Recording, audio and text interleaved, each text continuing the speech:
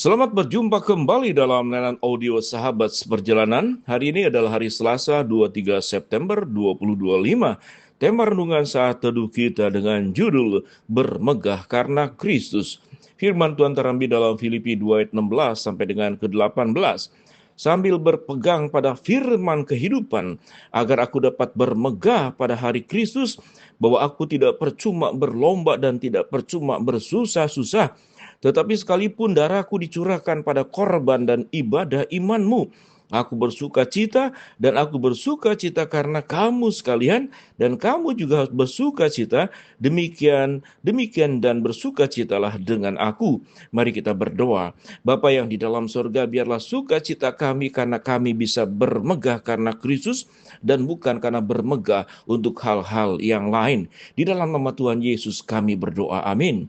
Shalom sahabat seperjalanan yang dikasihi Tuhan. Kita akan belajar memberikan sebuah perumpamaan sebelum kita membahas bagaimana kita bersuka cita karena bermegah karena Kristus. Mari kita akan melihat apa yang kita terima setiap hari, yaitu tentang makan. Ada dua macam makan. Satu adalah makan sehat, yang kedua adalah makan enak. Kalau dipilih mana makan sehat dan makan enak, maka ada banyak kemudian semua akan mengatakan ya lebih baik makan sehat. Tetapi makanan sehatnya harus enak. Itu yang susah. Sahabat seperjalanan, sesuatu yang sehat itu justru tidak boleh sesuatu yang berlebihan. Rasa asin tidak boleh berlebihan, minyak tidak boleh berlebihan, gorengan tidak boleh berlebihan. Dan semua yang enak itu seringkali dimasak sedemikian rupa dan kemudian menimbulkan berbagai macam sumber penyakit yang ada. Sementara makanan sehat itu biasanya sangat diperhatikan oleh mereka yang lansia atau sewaktu kita sedang sakit.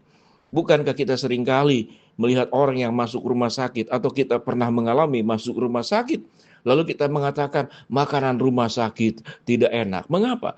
Karena pertimbangan di rumah sakit bukan makanan enak, tapi makanan sehat. Makanan sehat biasanya akan dikurangi hal-hal yang memberikan dampak buruk kepada tubuh kita. Di dalam hidup kita juga sama. Sewaktu kita bagaimana bermegah karena Kristus, maka orientasinya perumpamaannya adalah bagaimana hidup kita itu hidup yang sehat dan bukan yang enak. Hidup yang enak biasanya seluruh rasa kita ingin menjadi bagian prioritas. Kita tatkala punya mata, kita masuk ke toko, ke supermarket, lalu ada banyak pajangan-pajangan yang akan dibeli, kita akan melihat mana yang perlu dan mana yang penting. Oh ini tidak perlu, oh ini tidak penting, kita tidak akan beli. Tetapi kalau itu sifatnya untuk hawa nafsu dari mata kita akan membeli tanpa dengan pertimbangan. Kalau itu dirasa enak buat kita, indah buat kita, tidak peduli bahwa itu akan berdampak buruk. Kita tahu dengan jelas banyak keluarga-keluarga yang berjuang dengan masalah finansial. Di satu pihak betul bahwa masalah finansial karena pengeluaran lebih besar daripada pemasukan. Tetapi ada banyak finansial juga karena tidak pandai mengelola hidup ini. Tidak pandai mengelola pengeluaran.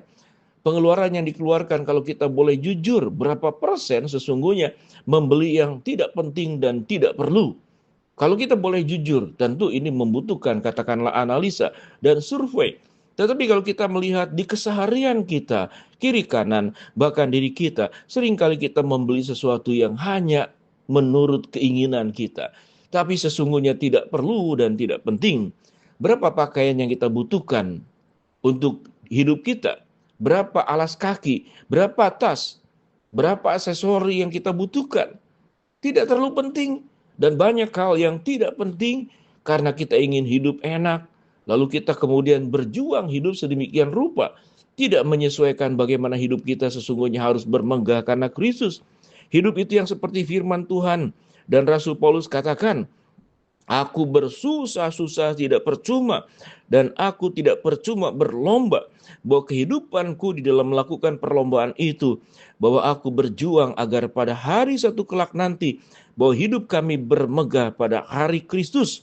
Sehingga sukacitaku bukan hidup enak, tetapi bagaimana hidup dengan iman yang sehat, hidup dengan benar. Ayat 17 dikatakan, tetapi sekalipun darahku dicurahkan pada korban dan ibadah imanmu, aku bersuka cita dan aku bersuka cita dengan kamu sekalian, dan kamu juga harus bersuka cita di dalam sukacita dengan aku. Apa sukacita hidup kita? Apakah orientasi hidup kita sukacita kalau kita ingin hidup enak? Atau kita hidup sehat di hadapan Allah? Perumpamaan tentang kesehatan fisik juga berbicara tentang kesehatan iman dan kesehatan kehidupan kita. Mari kita belajar hidup untuk hidup secara sehat, yaitu hidup benar di hadapan Allah. Mulut kita sehat, mata kita sehat, pikiran kita sehat, hati kita sehat. Dijauhkan dari keserakahan, dijauhkan dari kesombongan, dijauhkan dari iri hati, dijauhkan juga dari rasa cemas, takut, khawatir yang sesungguhnya memberikan dampak buruk kepada kita. Mari sahabat seperjalanan, hidup ini tidak hanya untuk dinikmati, tapi hidup ini adalah pertanggungjawaban yang akan Tuhan mintakan sewaktu kita bertemu dengan Tuhan suatu hari nanti. Apakah kita akan mendengar, hai hambaku yang baik dan setia, atau kita mendengarkan, hai hamba yang jahat, masuklah ke dalam perapian dan siksaan yang kekal bersama dengan iblis dan malaikat-malaikatnya. Kalimat itu tentu sangat menakutkan. Kalau itu diucapkan, ditujukan kepada kita. Mari sahabat seperjalanan, biarlah kita bermegah karena Kristus. Tidak berorientasi hidup enak, tapi hidup sehat. Tidak hanya berorientasi keinginan-keinginan pribadi, tetapi bagaimana kita bisa memberkati orang lain dengan segala kebutuhan-kebutuhan mereka yang ada. Tidak selalu harus kaya baru berbagi, tetapi kita bisa berbagi dengan kesaksian hidup, dengan keteladanan, dengan kesabaran, dengan karakter. Maka kita sedang berbagi. Mereka melihat luar biasa bahwa kita mengalami perkara hidup yang jauh lebih berat dari mereka. Tapi kita bisa bertahan, kita kuat, dan kita bersyukur. Maka kita sedang memberikan yang indah kepada orang lain. Tapi kalau kita sebagai orang percaya, terus mencari kemegahan lewat katakanlah hidup yang hedonis, hidup yang berfoya-foya, hidup yang berorientasi untuk kenikmatan mulut, makanan, hidup yang berorientasi untuk penampilan, hidup yang berorientasi kalau bisa kita bisa menonjolkan sesuatu yang membuat orang kemudian berpikir, kapan saya bisa seperti dia? Dan itu menimbulkan iri hati, menimbulkan kepahitan.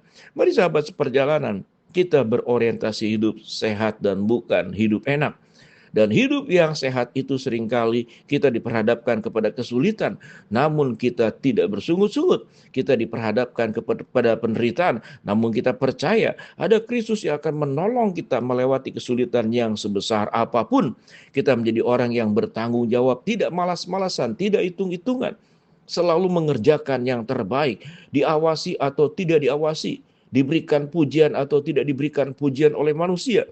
Karena hidup kita hanya bertanggung jawab sesungguhnya yang paling utama dan yang pertama, kita bertanggung jawab kepada Allah. Sudahkah kita memiliki sebuah visi hidup? Tuhan, biarlah hidupku bermegah karena Kristus dan bukan memegahkan diri. Dengan demikian satu hari kelak nanti kita akan penuh dengan sukacita yang kekal seperti yang Rasul Paulus katakan. Hai jemaat di Filipi, aku bersukacita, kamu bersukacita karena kita bersama-sama berlomba, karena tidak percuma juga bersusah-susah, karena hidupku bermegah karena Kristus. Biarlah hidup kita menjadi pribadi yang menjauhkan untuk memegahkan diri, tapi bermegah karena Kristus. Mari kita berdoa. Bapa dalam surga, terima kasih buat kebenaran firman Allah yang kami pelajari. Hamba-Mu berdoa buat yang sakit, Tuhan jamah sembuhkan, yang sedang menghadapi masalah, Tuhan bukakan jalan, yang sedang berdoa mengharapkan sesuatu, Tuhan kabulkan sesuai dengan waktu dan rencana-Mu. Jadikan hidup kami sehat dengan bermegah karena Kristus.